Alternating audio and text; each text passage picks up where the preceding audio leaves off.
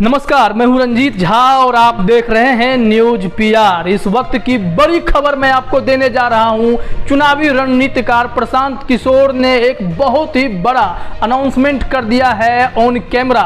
उन्होंने यह कह दिया है कि अब वह किसी और भी पार्टी के लिए चुनावी रणनीतिकार की भूमिका नहीं निभाएंगे, यानी पॉलिटिकल स्ट्रेटेजिस्ट बनने से उन्होंने अब इनकार कर दिया है। इस काम से उन्होंने संन्यास ले लिया है। यह अनाउंसमेंट इसलिए चौंकाने वाला है क्योंकि प्रशांत किशोर ने जो दावा किया था कि बंगाल चुनाव में अगर बीजेपी 100 का भी आंकड़ा अगर पार कर जाएगी तो मैं उस स्थिति में जो है चुनावी रणनीतिकार के पद से इस्तीफा दे दूंगा, चाहे जो भी मैं काम कर रहा हूं उससे संन्यास ले लूंगा। उन्होंने यह बातें लिख करके ट्वीट करके उन्होंने कहा था, इसे आप सेव कर लीजिए। लेकिन नतीजा जो है प्रशांत किशोर के पक्ष में है। बंगाल विधानसभा चुनाव में ममता बनर्जी का किला बुलंद है, सुरक्षित है। गढ़ बचाने में ममता बनर्जी सफल हुई हैं। भारी बहुमत से बंगाल में ममता बनर्जी की सरकार आ रही है और साथ ही साथ बीजेपी को 100 के नीचे भी रोक दिया गया है। जो चुनाव आयोग की वेबसाइट पे जानकारी मिली है उसके मुताबिक 292 सीटों में से महज 80 से 81 सीटों पर ही बीजेपी बढ़त बनाए हुए है। उसमें से कितने जीत में तब्दील होंगे, कुछ आगे या कुछ पीछे हो सकते हैं, लेकिन 100 का आंकड़ा छूती हुई बीजेपी दिखाई नहीं पड़ रही है। बावजूद इसके प्रशांत किशोर ने यह अनाउंसमेंट कर दिया है कि वह चुनावी रणनीतिकार भविष्य में किसी के लिए अब नहीं बनेंगे। मतलब कि उन्होंने अपने इस काम से संन्यास ले लिया है। यह सबसे बड़ी घोषणा है और आप यह वीडियो खुद सुन लीजिए जो प्रशांत किशोर इस मामले में बात कर रहे हैं। You told him in an interview that if the BJP got more than 100 seats, you would quit this entire political strategy that you do, the political strategy management business. Was that overconfidence, bluster, or did you know something that none of us knew at that moment? What is it that made you so confident that the BJP wouldn't cross 100? Well, first of all, thank you for having me. I must tell Rahul and your viewers that I will quit any which way. So I will quit, I will cease to do what I have been doing until now.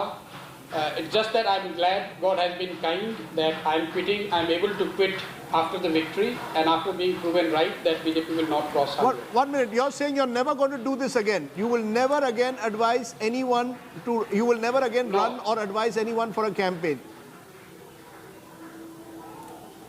No, I would cease to exist in the form and the manner in which world knows and sees me, and they understand. They call it political strategy, they some call it political management, whatever they want to call it. I call myself as a political aid to the leaders who have chosen to work with me. I will cease to exist.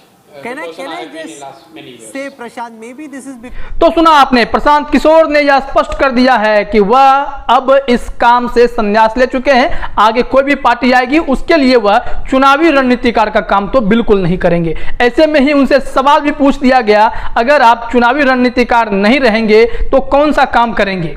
इस पर प्रशांत किशोर ने हंसते हुए कहा कि जब मैंने यह कहा था कि बीजेपी को 100 से अधिक सीटें नहीं आएंगी तब भी आप सवाल खड़े कर रहे थे कि मैं संन्यास लूंगा या नहीं लूंगा, लेकिन अब जब मैं कह रहा हूं कि मैं संन्यास ले लूंगा, इवन बीजेपी वहां पे हार गई है और टीएमसी जीत गई है, बावजूद इसके मैं इस काम से संन्यास लूंगा, तब भी आप सवाल खड़े कर रहे हैं। मुझे सोचने का वक्त दें, मैं आपको बताऊंगा कि मुझे क्या करना है। यह भी बात आप सुन लीजिए। Rahul was so apprehensive that whether I will stay true to what I have been claiming, that if BJP were to cross 100, I will quit this space. He would simply not believe. And I would not find fault with him, but like any other person would not believe. I am telling that even after being proved right, I will cease to do what Why are you giving this space up? Now it's such a big victory. No, why are you giving up this space? Two big victories. You're the man who's shown he has the Midas touch. Because this is not what I have ever wanted to do all my life. I have done my bit. IPAC has got very able people, my colleagues, the senior colleagues at IPAC. They are far more capable than me, and I'm very confident that they will be able to do a better job than me. I should take a break and try out my hand at something else. So karoge kya? Basically, I know your heart is in Bihar politics. Now you're already out of the JDU, so I'm kind of confused. If you want to go back to Bihar politics, you don't have a party which is your base. करोगे क्या अब आप? Rahul, you have to give me some time to think about it. Earlier you said that I will not quit even if BJP will cross 100. Now I am telling I will quit. Then you are saying what you will do. I will do something. Give me some time. I will figure कुछ it तो out. आपने सोचा होगा ना. You can't take such a big decision, announce it on TV without having thought this through. So you obviously thought something through. What is it? Tell us. No, I have been thinking of quitting since long. It's just that I haven't had a good opportunity to quit. So Bengal became I'll tell you what. that moment where I said, okay, win or loss, I must quit. सुना आपने, प्रशांत किशोर ने स्पष्ट कर दिया है कि अब कुछ वक्त चाहिए, अब कुछ नए तरीके से वह एक बार फिर से देश की सियासत में दिखाई पड़ सकते हैं। चुनावी रणनीतिकार नहीं बनेंगे तो हो सकता है कि वो जो अपनी पार्टी के लिए काम करना चाहते हैं, खुद की पार्टी बनाना चाहते हैं, युवाओं को जोड़ना चाहते हैं, उस पर काम करेंगे। आने वाले दिनों में राज्य के किसी भी राज्य के वो मुख्यमंत्री के तौर पर भी दिखाई देते हैं तो कोई बहुत बड़ी बात नहीं है, इस पर हम कभी अलग चर्चा करेंगे। लेकिन प्रशांत किशोर ने कहा कि मैं एक ऐसे ही अच्छे मौके का तलाश कर रहा था कि मुझे यह मौका मिल जाए ताकि मैं चुनावी रणनीतिकार पद से इस्तीफा दे सकूं, मतलब संन्यास ले सकूं। यह खबर जो है उन्होंने इंडिया टीवी टुडे नेटवर्क पे लाइव आकर कही है। उन्होंने कहा कि मैंने बंगाल में ममता बनर्जी को जो है मदद कर दी है, चुनावी रणनीतिकार में बन करके वहां पे ममता बनर्जी का किला बचाया है, लेकिन अब यह अच्छा मौका है कि मुझे इस काम से छुट्टी ले लेना चाहिए। इतना ही नहीं, उन्होंने यह भी कहा, जो हमारे पास जानकारी मिली है उसके मुताबिक कि अभी भी वह बीजेपी को सबसे मजबूत प्रतिद्वंदी मानते हैं। उन्होंने कहा कि राज्य में भले ही ममता बनर्जी की सरकार बन जाएगी, लेकिन नेशन वाइज अगर देखा जाए तो बीजेपी का दबदबा अभी भी कायम है। नरेंद्र मोदी का फैक्टर जो है राज्य में भी चलता है और देश में भी चलता है, और अन्य फैक्टर पर बीजेपी को गौर करने की जरूरत है कि उनसे चूक कहां हो रही है। आपको मालूम होगा कि हाल ही में उनका एक टेप भी ऑडियो लीक हुआ था जिसमें वह कह रहे थे कि वहां पर नरेंद्र मोदी को जनता भगवान मान रही है, 1 करोड़ हिंदी भाषी लोग उन्हें वोट करेंगे। और साथ ही साथ उन्होंने पोलराइजेशन की बात की थी, लेकिन जो यहां पे गणित बैठता है दिखता है उसमें यह लगता है कि मुस्लिम वोटों का कोई पोलराइजेशन नहीं हुआ है, ना वह वाम दल को गया, ना कांग्रेस को गया, ना बीजेपी के हिस्से गया, वह पूरा वोट जो है ममता बनर्जी को ही मिल गया है।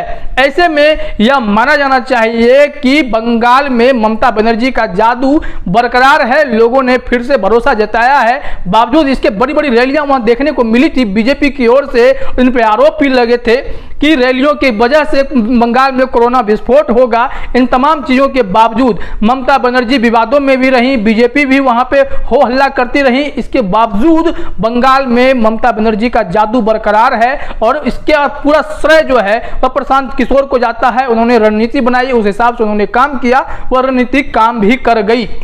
चूंकि 10 सालों से एंटी इनकम्बेंसी की बात चलती थी ममता बनर्जी के बारे में, लेकिन वहां पर एंटी इनकम्बेंसी जैसी कोई बात नहीं है, वहां पे लहर है तो ममता बनर्जी के लिए है। साथ ही साथ आपको एक और जानकारी दे दें कि तमिलनाडु में भी डीएमके के लिए प्रशांत किशोर पॉलिटिकल स्ट्रेटेजिस्ट के तौर पे काम कर रहे थे, वहां भी वह सफल रहे, गठबंधन में ही सही लेकिन भारी बहुमत से वहां पे बीजेपी वाले गठबंधन को यानी एआईएडीएमके को पछाड़ दिया है। तमिलनाडु में भी उनके ही मन मुताबिक सरकार बनने जा रही है। इन परचम लहराने के बावजूद प्रशांत किशोर ने घोषणा कर दी है कि वह अब किसी और भी पार्टी के लिए भविष्य में चुनावी रणनीतिकार की भूमिका नहीं निभाएंगे। यह सबसे बड़ी जानकारी है, सबसे बड़ी घोषणा है, और यह प्रशांत किशोर आगे क्या करेंगे इस पर हमारी नजर बनी रहेगी। आप भी हमारे साथ जुड़े रहिए और देखते रहिए न्यूज पीआर। आपका बहुत बहुत धन्यवाद।